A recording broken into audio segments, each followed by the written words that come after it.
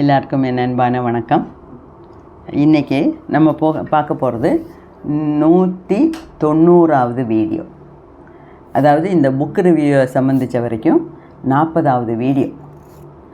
இதில் முன்ன சொன்ன மாதிரி 12வது அத்தியாயத்தோட பாக்கி உள்ள உதாரணங்களையெல்லாம் இந்த வீடியோவில் பார்த்து முடிச்சிடலாம். ஓகே, அப்போது நான் ஏற்கனவே சொன்ன மாதிரி நான் சயின்டிஸ்ட் இல்லை, நான் பெரிய ஆள் இல்லை, அதனால் எனக்கு என்னோடய ஆழ் மனசை பற்றியெல்லாம் எனக்கு தெரிஞ்சிக்க வேண்டாம் அப்படின்னு முட்டாள்தனமாக நினச்சி அதை ஒதுக்கி விடக்கூடாது. ஏன்னா அந்த ஆழ் மனசுக்கு உண்டான சக்திங்கிறது வேறு எதுக்கும் இல்லை. அவ்வளோ தூரம் சக்தி உள்ள ஒரு உபகரணத்தை கடவுள் நம்மக்கிட்ட கொடுத்து தான் அனுப்பியிருக்கார். அப்போ அதை நம்பினோம்னா கைவிடப்படார், என்னை நம்பினோர் கைவிடப்படார் அப்படின்னு சொல்கிற மாதிரி ஆழ் மனசை நம்பினாலே போகிறோம், எல்லாமே நடக்கும். அப்போ அதுக்கு இன்னும் 1-2 எக்ஸாம்பிள்ஸ் பார்க்கலாம் இதில். அதாவது எனக்கு ரொம்ப மனசை தொட்ட ஒரு எக்ஸாம்பிள் இதில் இருக்குது. நிறைய எல்லாமே எனக்கு பிடிச்சிருக்கு. அதாவது அதோட அளவு, அதாவது நம்ம ஆழ் மனசு எவ்வளவு தூரம் நம்மளை கொண்டு வந்து விடும், அதாவது நம்ம ஆசைப்படுறத நடத்தி தர்றதுக்கு என்னெல்லாம் பண்ணுதுங்கிறதுக்கு ஒரு உதாரணம். ஓகே, அதாவது ஒரு சயின்டிஸ்ட்னால் நல்லா படித்த ஒரு எலக்ட்ரானிக் என்ஜினியர். அவரோட பேர் வந்து டாக்டர் லோத்தாக்ஸ் ஃபான் பிளங்க் ஸ்மித். அந்த ஃபாரின் பேர்லாம் நமக்கு சரியாக வராது. அவர் வந்து எலக்ட்ரானிக் என்ஜினியரு. அவர் வந்து நல்லா படித்தவர். அதனால் அவர் வந்து ராக்கெட் சொசைட்டியில் ஒரு மெம்பர், ராயல் சொசைட்டியில் ராக்கெட் சொசைட்டியில் ஒரு மெம்பர். ராக்கெட்லாம் பண்ணுறாங்கல்ல, அந்த சொசைட்டிக்கு ஒரு மெம்பர். அவர் வந்து இந்த யுத்தம் நடக்குதுல்ல, அந்த இந்த போர் யுத்தம்னா போர். இந்த போர் நடக்கும்போது அந்த காலத்தில் எல்லாம் நம்ம நிறைய படிச்சிருக்கோம், ஹிஸ்ட்ரியிலையும் படிச்சிருக்கோம், சினிமாவில் பார்த்துருக்கோம், நிறைய கதை புஸ்தகங்களில் நான் நிறைய படிச்சிருக்கேன். அதாவது இந்த ஒரு நாடு இன்னொரு நாடை தோக்கடிச்சிருச்சுன்னு வச்சுக்கோங்களேன். அந்த நாட்டில் இருக்கவங்க அத்தனை பேரையும் பெண்களையெல்லாம் கண்டபடி சூறையாடிடுவாங்க. எத்தனையோ பெண்கள் வந்து ப்ரெக்னென்ட் ஆவாங்க, எத்தனையோ பெண்கள் 10 மாதத்தில் டெலிவரி பண்ணுவாங்க. குழந்தைங்கள்லாம் எல்லாம் அனாதை குழந்தைங்களாக வளரும். அந்த ரொம்ப ரொம்ப ரொம்ப கேள்விப்பட்டிருக்கோம் அந்த மாதிரிலாம். அதே மாதிரி ஆண்களை எல்லாம் பிடிச்சி ஒரு கேம்பில் போட்டு அடைப்பாங்க. கேம்புனால் இப்போ நம்மலாம் வந்து அவுட்டிங் போகிறோம், அதுவும் நம்ம கூட அவ்வளோ பண்ணுறதில்ல, நம்மளாம் ஹோட்டலில் ரூம் எடுக்கிறோம். ஃபாரினில் இருக்கவங்கலாம் இந்த டென்ட்டோடு போவாங்க. டென்ட்டு பிச் பண்ணி அதில் உள்ள படுத்து தூங்குவாங்க. அந்த மாதிரி அந்த இதுக்கு தான் கேம்புன்னு பேர். நம்ம கூட நேச்சர் கேம்புன்னு சொல்லி 10-30 பேர் சேர்ந்து, நான்லாம் என்னோடய ஸ்டூடெண்ட்ஸ் எல்லாம் நேச்சர் கேம்புன்னு சொல்லி நிறைய இடத்துக்கு கூட்டிகிட்டு போயிருக்கேன். அதுதான் கேம்பு. இந்த மாதிரி இந்த போர் தொடுத்து ஒரு நாட்டை கீழடக்குனாங்கன்னா அந்த நாட்டில் இருக்கவங்கள்லாம் இந்த யார் ஜெயித்தாங்களோ அந்த ராஜாவுக்கு இல்லைன்னா அந்த நாட்டோட அடிமைகள், அவங்களெல்லாம் கொண்டு போய் கான்சன்ட்ரேஷன் கேம்புன்னு ஒரு இடத்துல தள்ளுவாங்க. இந்த கான்சன்ட்ரேஷன் கேம்புனா ஒரு சின்ன உதாரணம் சொல்கிறேன். ஒரு 10 பேர் உட்காரக்கூடிய ஒரு சின்ன ரூம். அதில் ஜன்னல் இருக்காது, வெளிச்சம் இருக்காது, காற்று வராது. அப்புறம் அட்டாச்சு பாத்ரூமுக்கானலாம் கேட்டுறாதீங்க, எல்லாமே அங்கே தான், ஒன்றுமே அங்கே வேறு ஒன்றும் கிடையாது. அந்த மாதிரி சின்ன ஒரு ரூமில் 10 பேர் உட்காரக்கூடிய ஒரு ரூமில் 100 பேரை போட்டு அடைப்பாங்க. அடைச்சி கதவை சாத்திட்டு போவாங்க. சாகுங்கடா, எவன் செத்தா எனக்கு என்ன, சாகுங்கடா அப்படின்னு. அந்த அதிகாரிகளும் ரொம்ப கருணையே இல்லாத மாதிரி ரூத்லெஸ்ஸாக பிஹேவ் பண்ணுவாங்க. ஆளுங்கள்லாம் கண்ணு முன்னாடி சாவாங்க. தண்ணி தாகம் எடுத்தால் தண்ணி கொடுக்க மாட்டாங்க. அப்புறம் தானே சாப்பாடு. சுவாசிக்கிறதுக்கு காற்று இருக்காது. நம்ம கூட 1-2 சினிமாவில் பார்த்துருக்கோம்ல, இந்த காலாபானியில் ட்ரெயினில் இந்த குட்ஸில் போட்டு அடைச்சி கொண்டு போய். ஆனால் அதெல்லாம் அந்த காலத்தில் ரொம்ப சகஜம். அதே வந்து நம்ம இந்தியாவிலே நடந்திருக்கு. ஜாலியன்வாலா பாக் லாபாக்ங்கிற ஒரு இடத்துல ஃபாரினர்ஸ் எல்லாம் அந்த இவன் பிரிட்டிஷ்காரங்கெல்லாம் என்ன சொன்னாங்க, வாங்க உங்களுக்கு எல்லாத்துக்கும் இன்றைக்கி இந்த இடத்துல வாங்க, உங்களுக்கு நாங்கள் விடுதலை தரப்போகிறோம் அப்படின்னு சொல்லி ஆளுங்கெல்லாம் ஜுபு ஜுபு ஜுபுன்னு போனாங்க.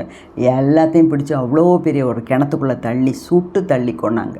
ஜாலியன் வாலாபாக் நான் கண்ணால் பார்த்தேன் அந்த இடத்த டூர் போகும்போது. இப்போவும் அங்கே இருக்குது நார்த்தில். அது மாதிரி அந்த காலத்தில் இந்த கான்சன்ட்ரேஷன் கேம்பில் போட்டு சித்திரவதை பண்ணி கொல்லுவாங்க.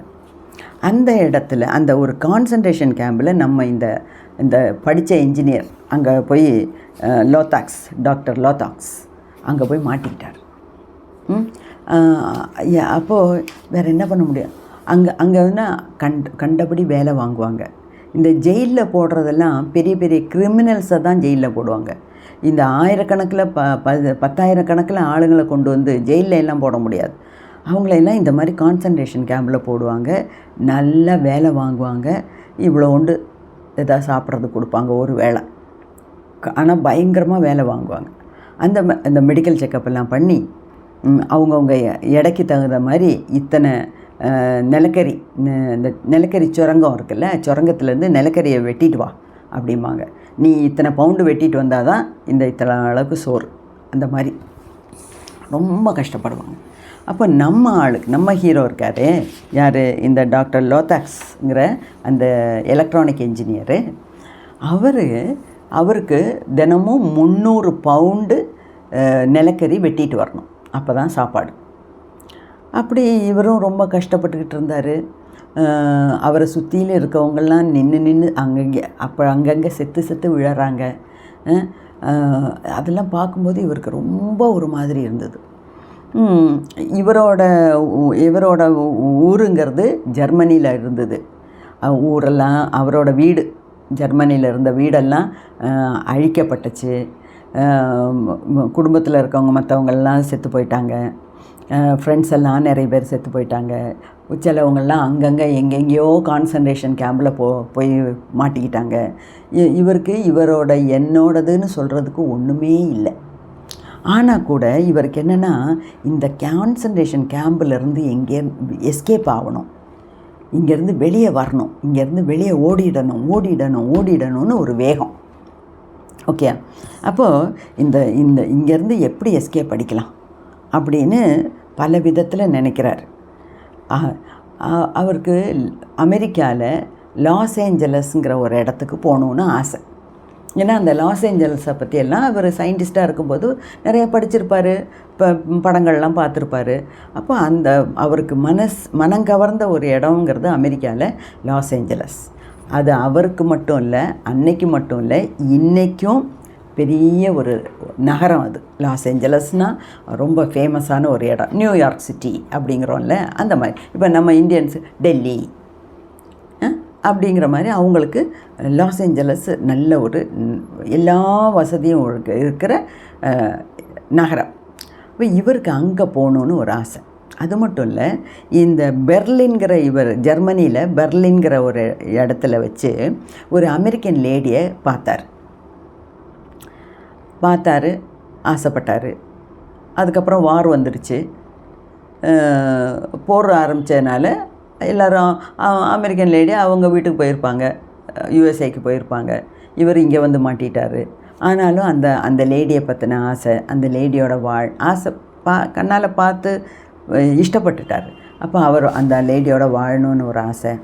இதெல்லாம் வந்து அந்த லாஸ் ஏஞ்சல்ஸ் இவர் படித்த புஸ்தகத்தோட அந்த இதெல்லாம் டிஸ்கிரிப்ஷன், இதெல்லாம் கான்சன்ட்ரேஷன் கேம்பில் உட்காந்து நினச்சி பார்க்குறாரு. அப்போ இந்த கற்பனை குதிரையை தட்டி விட்டுட்டு அப்படியே நினச்சி அங்கேயே வாழ்கிற மாதிரி நினைக்கிறார். அப்போது இவர் அவரோட ஆழ் மனசுக்கிட்ட சொல்கிறார், இந்த பாரு, உனக்கு எல்லாம் தெரியும், ஓகே, எனக்கு இங்கேருந்து எஸ்கேப் ஆகணும், அதுக்கு உண்டான வழி உனக்கு தெரியும், நீ எனக்கு சொல்லித்த, எனக்கு இங்கேருந்து போகணும் அப்படின்னு பிடிவாதமாக மனசில் நினச்சிட்டு அவரோட ஆழ் மனசுக்கிட்ட கெஞ்சுறார். கட்டளை இடலை, கெஞ்சுறார். சொல்லிவிட்டு தினமும் இந்த மாதிரி கற்பனையிலேயே மிதந்துக்கிட்டு இருக்கார். தினமும் இவங்களை இந்த நிலக்கரி சுரங்கத்துக்கு கொண்டு போகிறதுக்கு முன்னாடி எண்ணிட்டு தான் கொண்டு போவாங்க. 100 பேர் இந்த இடத்துக்கு இன்னொரு 100 பேர் அந்த இடத்துக்கு போ, இன்னொரு 100 பேர், அதுக்கெல்லாம் அலாட் பண்ணுறதுக்கெல்லாம் ஆளுங்க இருப்பாங்க, ஆஃபீஸர்ஸ் இருப்பாங்க. அப்போ ஒரு சீஃப் கார்டு ஒரு ஆள் வந்து இவங்களெல்லாம் லைனில் நிற்க வச்சு தலையை எண்ணுறாங்க. 1 2 நம்மெல்லாம் ஸ்கூல்ல எல்லாம் கூட சொல்லுவோம் இல்லையா, ஸ்கூல்ல எல்லாம் கூட இந்த குழந்தைங்கள வெளியே கூட்டிகிட்டு போகிறது கொண்டு வரதுங்கிறதெல்லாம் பெரிய ஒரு ரெஸ்பான்சிபிலிட்டி. நாங்கள்லாம் கிளாஸ் லீடர்ஸ்கிட்ட குரூப் லீடர்ஸ்கிட்ட எல்லாம் சொல்லுவோம், எப்போ பாரு தலையை எண்ணிக்கிட்டே இரு, கவுண்ட் த ஹெட்ஸ்போ, தலை எண்ணி எங்களுக்கு ரிப்போர்ட் சொல்லிட்டு இரு. ஏதாவது ஒரு குழந்தை தெரியாமல் எங்கேயாவது போயிடுச்சா கூட நம்ம அதுக்கு ஆன்சரபிள் இல்லையா. அப்போது இந்த ஒரு சீஃப் கார்டு வந்து எண்ணுறாரு, லைனில் நிற்க சொல்கிறாரு. 1 2 3 4ன்னு எண்ணுறாங்க. இவரோட நம்பர் வந்து 17 அப்படிங்கிறாரு. அந்த டைம் பார்த்து இந்த ஆஃபீஸரை இன்னொரு ஆஃபீஸர் கூப்பிடுறாரு. இந்த 1 செகண்டுன்னு சொல்லி அப்படி போகிறார். போய் ஏதோ பேசிட்டு வர்றார். பேசிட்டு வந்தோடனே இவர் அடுத்ததையும் 17ன்னு எண்ணுறார். நல்லா கவனமாக கேளுங்க. அப்போ 17 நம்ம ஹீரோ தான் 17. அப்போ இவர் தள்ளி நிற்கிறாரு. அப்போது இவர் கவனிக்கிறார். அப்போ அந்த ஆள் கார்டு போனவன் பேசிட்டு வந்தது 18ன்னு எண்ணி இருக்கணும்ல. இவன் 18ன்னு எண்ணாமல் திருப்பியும் 17ன்னு எண்ணுறார். 17 18 திருப்பி எண்ணுறார். அப்போ இப்போ 100 பேர் போனாங்கன்னா 101 பேர் ஆக்சுவலாக போயிருக்காங்க. நைட்டு வரும்போதும் 100 பேர் 101 வரணும். ஆனால் இவன் கணக்கு பிரகாரம் 100 பேர் வந்தால் போதும். அப்போ ஒரு ஆள் எக்ஸஸ், அந்த ஆள் தான் நம்ம ஆள். அதை கண்டுபிடிச்சிட்டார். அதை கண்டுபிடிச்சிட்டு இதுதான் தக்க சமயம் அப்படின்னு சொல்லி எப்படியோ அந்த கேம்பிலேருந்து எஸ்கேப் ஆகிறார். கேம்பை விட்டு வெளியே வர்றார். கேம்பை விட்டு வெளியே வந்து 24 மணி நேரம் நடக்கிறார். ஏன்னா கேம்பு நான் சொன்னேன்ல, ஹார்ட் ஆஃப் த சிட்டிலெலாம் கேம்பு வைப்பாங்களா என்ன, எங்கேயோ ஊரில் ஒதுக்குப்புறமா ஒரு இடத்துல கொண்டு போய் அடைக்கிறாங்க. எப்போ வேணாலும் இவனுங்க சாவட்டும், சத்தா நமக்கு என்னங்கிற மாதிரி. அப்போ அதில் நடந்து ஒரு இடத்துக்கு வராரு. ஊருக்கு எல்லைப்புறமாக வராரு. அந்த ஒரு குளத்துலேருந்து கொஞ்சம் மீனெல்லாம் பிடிச்சி சாப்பிட்டு இப்படியே போகிறார். அப்புறம் ஒரு ட்ரெயின் போகுது. அந்த ட்ரெயின் வந்து போலண்டுங்கிற ஒரு இடத்துக்கு போகுது. அந்த ட்ரெயினில் டிக்கெட் இல்லாமல் கள்ளத்தனமாக உள்ளே குதித்து ஏறி போலண்டு போகிறார். போலண்டுங்கிற இடத்துலேருந்து சுவிட்சர்லாண்டு போகிறார். சுவிட்சர்லாண்டுங்கிறதெல்லாம் அந்த ஏரியாவுக்கு அது இப்போ நமக்கெல்லாம் சுவிட்சர்லாண்டுங்கிறது சினிமாவில் தான் பார்த்துருக்கோம், இது வரைக்கும் போனதில்லை. நமக்கெல்லாம் அது என்ன கற்பனையிலே இருக்கிற ஒரு இடம். இவருக்கு அந்த ஊர்க்காரவங்களுக்கு அது ஓகே. அப்போ இவர் வந்து போலண்ட்லேருந்து சுவிட்சர்லாந்து போகிறார். சுவிட்சர்லாந்து போய் அவருக்கு கொஞ்சம் ஃப்ரெண்ட்ஸ் எல்லாம் கிடைக்கிது. இன்னொன்று படித்தவர் இல்லையா, சயின்டிஸ்டாக இருந்திருக்காரு, படிச்சிருக்காரு நிறையா. அப்போ அவருக்கெல்லாம் மற்றவங்களோட பழக தெரியும். எப்படியாவது 1 2 ஃப்ரெண்ட்ஸு கிடப்பாங்க. அவரோட படிப்பு அவரோட தகுதியெல்லாம் சொல்லும்போது அவருக்கு கொஞ்சம் கான்டாக்ட்ஸ் கிடைக்கும். ஓகே, அந்த மாதிரி கொஞ்சம் ஃப்ரெண்ட்ஷிப்பெல்லாம் கிடைக்கிது. அப்புறம் அந்த சுவிட்சர்லாண்டில் ஒரு இடத்துல ஒரு ஹோட்டலுக்கு போகிறார். பேலஸ் ஹோட்டல்னு பேர். அந்த பேலஸ் ஹோட்டலில் உட்காந்து சாப்பிட்றதுக்கு உட்காந்துருக்கார். அப்படி உட்காரும்போது அவருக்கு ஆப்போசிட்டில் யூஎஸ்ஏலேருந்து வந்த ஒரு கணவன் மனைவி அங்கே வந்து உட்கார்ந்து சாப்பிட்றாங்க. ஏதோ பேச்சு கொடுக்குறாரு. அப்போ அந்த யூஎஸ்ஏயில் இருக்க அந்த ஆள் இவரை வந்து கெஸ்ட்டாக கூப்பிடுறாரு வீட்டுக்கு. எப்படியெல்லாம் கதை போகுது பாருங்கள். இது கதை இல்லை, உண்மையிலே நடந்தது.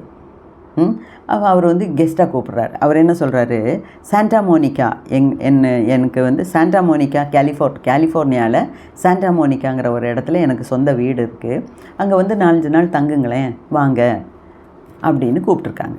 இவரும் அட்ரஸ் எல்லாம் வாங்கிட்டு அங்கே போகிறார். அப்போ அந்த கூப்பிட்டவர் வந்து இவருக்கு டிரைவரோட கார் அனுப்புகிறார் அவரை கூப்பிட்டுட்டு வர்றதுக்காக.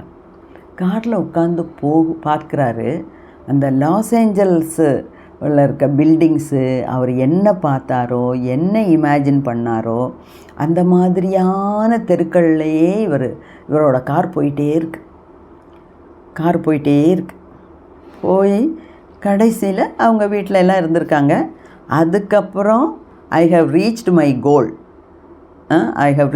கோல்னால் அந்த ரஷ்யன் கோல் மைன்ஸிலிருந்து என்னோட கோல் லாஸ் ஏஞ்சலஸ், அந்த I have reached my goal அப்படின்னு போட்டிருக்காரு. அதுக்கப்புறம் வேறு ஒன்றும் எழுதலை. இன்னொன்று இடையில ஒரு வார்த்தை எழுதியிருக்காரு, அந்த பெர்லினில் நான் பார்த்த அமெரிக்கன் லேடி தான் இப்போ என்னோடய ஒய்ஃபு அப்படின்னு எழுதியிருக்கார். இன்னும் கொஞ்சம் எழுதியிருந்தால் கூட நம்ம இன்ட்ரெஸ்டிங்காக படிச்சிருக்கலாம் இல்லை? அப்போது அதற்கு அர்த்தம் என்ன? அவர் நினச்சது சாதிச்சிட்டார், அவர் நினச்சது நடந்துச்சு. எவ்வளவு கற்பனை பண்ணாலும் என்னால் அதை ஜீரணிக்க முடியல, எவ்வளோ கேட்டாலும். அப்படியெல்லாம் கூட நடக்குதா? இதுதாங்க அதிசயம், இதுதான் மிரக்கிள். இதுக்கு கடவுளோட சக்தி இல்லாட்டினா நம்ம அந்த ஆழ்மனசோட சக்தி இல்லாட்டினா எப்படி இதெல்லாம் நடக்கும்? நம்ம ஆழ்மனசோட சக்தின்னு சொல்கிறது என்னது? அந்த கடவுளோட கிருபை. ஏதோ என்ன தான் படிச்சிருந்தாலும் அவங்க கான்சன்ட்ரேஷன் கேம்பில் போடும்போது நீ படித்தவனா படிக்காதவனான்லாம் ஒன்றும் இல்லை, எப்படியாவது போ, செத்து ஒழி அப்படிங்கிறதுனால தான் தள்ளுறாங்க இல்லையா? மனுஷனாக மதிக்காத ஒரு விவகாரம் அது. அங்கே கடந்த ஒரு ஆள் எப்படியெல்லாம் தப்பிச்சு வந்து லாஸ் ஏஞ்சலஸ் வந்து அவர் எங்கேயோ ஜெர்மனியில் அவர் வீட்டு பக்கத்துலேயே எங்கேயோ பார்த்து அந்த அமெரிக்கன் கேர்ளையே கைப்பிடிச்சிருக்காரு, வாழ்க்கை துணைவியாக கிடச்சிருக்கு அவருக்குன்னா இதுக்கு மெயின் காரணம் என்ன? அவரோட ஆழ்மனசோட சக்தியை புரிஞ்சு அதுக்கிட்ட கேட்டிருக்காரு. அந்த ஆழ்மனசு வழி நடத்துச்சு. அது நீங்கள் அது அம்பாளாக நினச்சிக்கலாம், சிவனாக நினச்சிக்கலாம், ஆழ்மனசாக நினச்சிக்கலாம், விதின்னு நினச்சிக்கலாம். ஏதோ ஒன்று நமக்கு மேலே இருந்து நம்மளை வழிகாட்டுது. அப்போ அதுக்கிட்ட நம்ம சரணாகதி அடைஞ்சிட்டோம்னா நமக்கு எல்லாம் நடக்கும். இதை விட இன்னும் என்ன சொல்லணும்? இப்போவே நான் நினைக்கிறேன் இதெல்லாம் மூடி வச்சிடலான்னு. இனிமேல் எவ்வளோ பார்த்தாலும் என்ன, திருப்பி இதே தான்.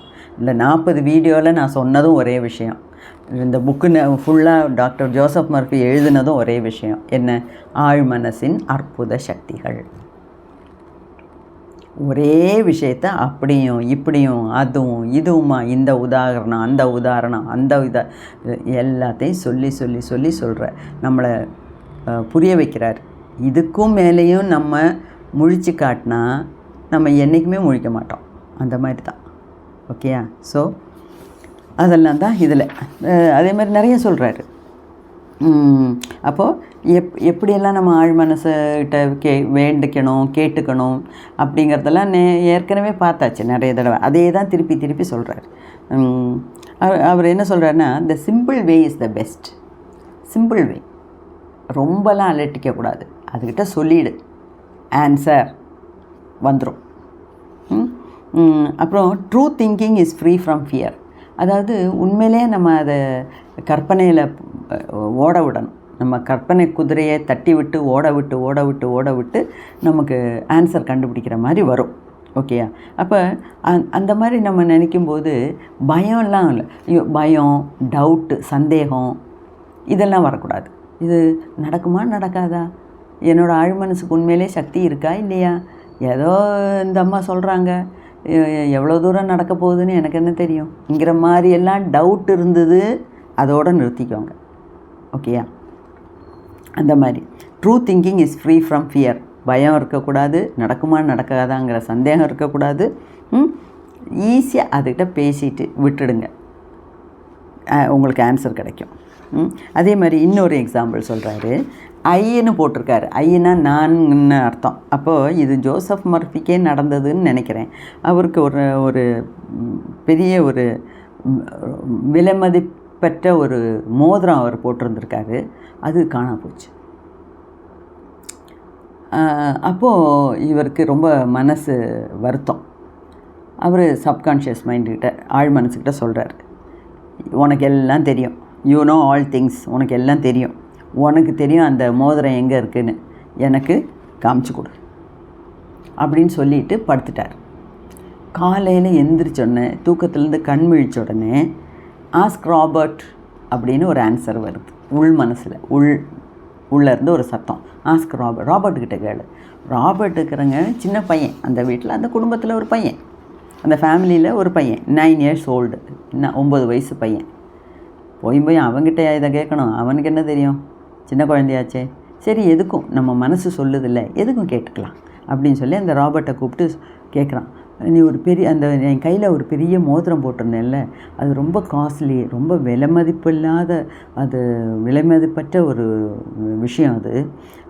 நீ எங்கேயாவது பார்த்தியா? ஆமாம், நேற்றுக்கு நான் விளையாடிட்டு இருக்கும்போது அது அங்கே கடந்தது. அதை எடுத்துகிட்டு வந்து என் ரூமில் டேபிள் மேலே வச்சுருக்கேன். ஆனால் அது நீங்கள் சொல்கிற மாதிரி அவ்வளோ பெருசாக காஸ்ட்லியாக ரொம்ப விலை மதிப்பற்ற ஒரு விஷயம்லாம் எனக்கு தெரியல அங்கிள். நான் ஏதோ பார்த்தேன், சரி ஏதோ இருக்கட்டும்னு சொல்லி அங்கே வச்சுருக்கேன். எப்படி இருக்குது? அப்போ என்ன நடக்குது? the subconscious mind will always answer you if you trust it. உங்கள் ஆழ் மனசை நீங்கள் நம்பினீங்கன்னா அது செஞ்சு கொடுக்கும். அதை நம்பணும். அப்போ ஆக்சுவலாக இங்கே என்ன நடந்திருக்கு? இவரோட உள்மனசு, ஆழ்மனசு அந்த ராபர்ட்டுங்கிறவனோட ஆழ்மனசுக்கிட்ட சொல்லியிருக்கு. அதனால தான் அந்த பையன், சரி அந்த பையன் கூட எடுத்தான், பார்த்தான், இது என்னவோ கிடக்கட்டும், அங்கேயே போட்டுட்டு வந்திருக்கலாம்ல, வேறு யார் கையிலையாவது பெற்றுக்கலாம்ல, கிடச்சிருக்கலாம்ல. இந்த சின்ன பையன் கிட்ட கிடச்சதுனால அதோட மதிப்பு தெரியாதனால எடுக்காமலும் வந்திருக்கலாம். ஏதோ அவனுக்கு தோணுச்சு, அதனால் அவன் எடுத்து மேசை மேலே வச்சுருக்கான். அப்போது இவரோட ஆழ்மனசு ராபர்ட்டுங்கிற பையனோட ஆழ்மனசுக்கிட்ட சொல்லி அதை எடுத்து பத்திரமா அங்கே கொண்டு வச்சுருக்கு. எப்படி கரெக்டாக ஆன்சர் கிடச்சிருக்கு பாருங்கள். இதே மாதிரி தான் எனக்கு நான் சொன்னேன்ல, 49 வீடியோ பண்ணேன் சுவாமி முக்தானந்தாவை பற்றி. 49ல் அந்த நம்பரில் நிறுத்த எனக்கு பிடிக்கல. இன்னும் 50ஆக ஒரு வீடியோ போடலாமே. 50 வீடியோ, நான் ஒரு மனசுக்கு ஒரு திருப்தி. நான் சுவாமி முக்தானந்தாவோட புக்கு ரிவ்யூவில் 50 வீடியோ போட்டிருக்கேன். அப்படி இந்த 49ங்கிறது எனக்கு ஒரு நம்பர் எனக்கு பிடிக்கல. அதே மாதிரி இந்த பேட்டா ஷூஸில் எல்லாம் முன்னே 99 ரூபா, 499, 699, 999. இப்போ நிறைய ஆன்லைனில் கிளாஸ் எடுக்கிறாங்க, எல்லாத்துக்கும் 199, 299. நானும் பே பண்ணுறேன். சிலதெல்லாம் இன்ட்ரெஸ்டிங்காக இருக்கும்னு நினச்சி பே பண்ணுறேன், சிலதெல்லாம் அட்டன் பண்ணுவேன், சிலதெல்லாம் அட்டன் பண்ணவில்லை. ஆனால் இந்த 199 வைக்கிறதுல எனக்கு பிடித்தம் இல்லை. ஒரு முழு நம்பராக போடப்பா. 99 சொல்கிறத விட 100ன்னு சொல்லு, 299 சொல்கிறத விட 300ன்னு சொல்லு. எனக்கு அதில் தான் இஷ்டம். அப்போது நான் எதுக்கு சொல்ல வரேன்னா, அப்போது அந்த மாதிரி இப்போ எதுக்கு அந்த இது சொல்ல வந்தேன், அந்த நம்பி அதை சொல்லி அதோட சொல்லிட்டோம்னா அது எப்படியாவது கொண்டு வந்து கொடுக்கும். அதுதான் அதில் முக்கியமான விஷயம். அப்போது இது பாருங்கள், it rebounds, rewards and repays. இதெல்லாம் அவங்க என்ன சொல்கிறாங்கன்னா, ஆக்ஷன் அண்ட் ரியாக்ஷன். எது ஆக்ஷன்? நம்ம மனசில் திங்க் பண்ணுறோம்ல, நம்ம ஆழ் மனசுக்கிட்ட கேட்கணும் நம்ம நினைக்கிறோம்ல, அது ஆக்ஷன். ஆழ் மனசு கொடுக்குற ஆன்சர் ரியாக்ஷன். ஸோ இது உலகத்தில் நடக்கிறது எல்லாமே ஆக்ஷன் ரியாக்ஷனுங்கிற லாவில் தான் வருது. இப்போது நமக்கு இப்போது ஒன்றும் இல்லை, ஒரு இடத்துக்கு நம்ம போகிறோம். நம்ம அம்மா ஒன்று சொல்லுவாங்க, நாளைக்கு நீ போகாதடா அப்படிம்பாங்க. அப்பா சொல்லுவாங்க, இல்லை அவன் போயிட்டு வரட்டும், போட்டும் அப்படிம்பாங்க. எப்போவுமே அம்மா அப்பாக்குள்ளேயே எப்போவுமே இந்த அபிப்பிராய வித்தியாசம் இருக்கும். அம்மா அப்பான்னு இல்லை, நிறைய பேருக்கு அப்படி இருக்கும் குடும்பத்தில். அம்மா சொல்கிறத கேட்கணுமா, அப்பா சொல்கிறத கேட்கணுமான்னு நமக்கே ஒரு டவுட்டு. 2 பேரும் நம்ம நன்மைக்காக தான் சொல்கிறாங்க, ஆனால் 2 பேரும் மாற்றி சொல்கிறாங்க, இப்படி ஆப்போசிட்டாக பேசுகிறாங்களே. அப்போ பெஸ்ட்டு என்ன பண்ணணும்? தூங்க போகும்போது ஆழ் மனசுக்கிட்ட சொல்லிட்டு போடணும். எங்கள் அம்மா போகக்கூடாதுங்கிறாங்க, அப்பா போகணுங்கிறாங்க, நான் நாளைக்கு எது செய்யணுங்கிறத நீ தான் எனக்கு காமிக்கணும் அப்படின்னு சொல்லிட்டு படுங்க. காலையில் எந்திரிச்சோன்னே உங்களுக்கு கிடைக்கும்.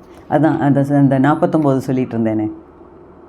50 வீடியோ போடணும்னு நினச்சி நைட்டு 50வது வீடியோ என்ன போடலாம், எனக்குன்னு என் இஷ்டத்துக்கு எதுவும் பேசிடக்கூடாதுல்ல.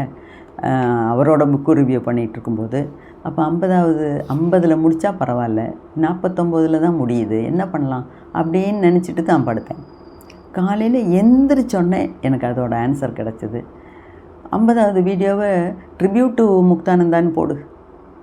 அதாவது முக்தானந்தாவுக்கு உங்களோட ஆத்ம அஞ்சலி, ஆத்ம சமர்ப்பணம் அப்படின்னு ஒரு வீடியோ போடு, 50 ஆகிடும் அப்படின்னு எனக்கு தோணுச்சு. அதே மாதிரி தான் இவருக்கும் அந்த மாதிரி ஆஸ்க் ராபர்ட்டை போய் கேட்டதுக்கு கிடச்சிருச்சு. ஓகே, ஸோ இந்த மாதிரி தான். அப்போது கைடன்ஸுன்னு வேணும், உங்களுக்கு ஒரு வழிகாட்டியாக இருக்கணும்னா அதை தான் சொல்கிறேன். அதாவது லைஃப்பில் சின்ன விஷயமாகட்டும் பெரிய விஷயம் ஆகட்டும் நிறைய இடத்துல நமக்கு சந்தேகங்கள் வருது. இந்த வழியில் போகணுமா, அந்த வழியில் போகணுமா, ரைட்டில் போகணுமா, லெஃப்டில் போகணுமா அப்படின்னு. அப்படியெல்லாம் வரும்போது நம்ம அமைதியாக இருந்து நம்ம ஆழ்மனசு மேலே நம்பிக்கை வச்சு எனக்கு ஒரு வழிகாட்டு, எது சரியோ அது என்னை செய்யவை அப்படின்னு சொல்லிட்டோம்னா அது தானாக நமக்கு வழி காமிக்கும். ஓகேயா? அப்படிலாம் இருக்கும்போது இவ்வளோலாம் நம்ம தெரிஞ்சதுக்கப்புறமும் நம்ம ஆழ்மனசை நம்ம உபயோகப்படுத்தாட்டினா நம்மளை மாதிரி முட்டாள்கள் யாருமே இல்லை. ஸோ நம்மெல்லாம், எனக்கு தெரியும் நீங்கள்லாம் யாரும் முட்டாள் இல்லை, எல்லாருமே அறிவாளிங்க தான், எல்லாருமே நல்லா வாழணும்னு ஆசைப்படுறீங்க. அதனால் நம்ம எல்லாருமே அவங்கவுங்களுக்கு இறைவன் கொடுத்த வரப்பிரசாதமான அந்த ஆழ்மனசுக்கிட்ட நம்பிக்கை வச்சு கேட்குறோம். அது வழிகாட்டுதலின்படி நம்ம நடக்கிறோம், பெரிய ஆளாகிறோம். ஓகேயா? நற்பவி நற்பவி நற்பவி, எல்லாம் நல்லதாகவே நடக்கட்டும். நமக்கு இனிமேல் வாழ்க்கையில் எந்த குறையும் இல்லைங்க, எந்த கவலையும் இல்லைங்க. நம்ம ஆழ்மனசுக்கிட்ட சரண்டர் ஆனால் போகிறோம். ஓகே.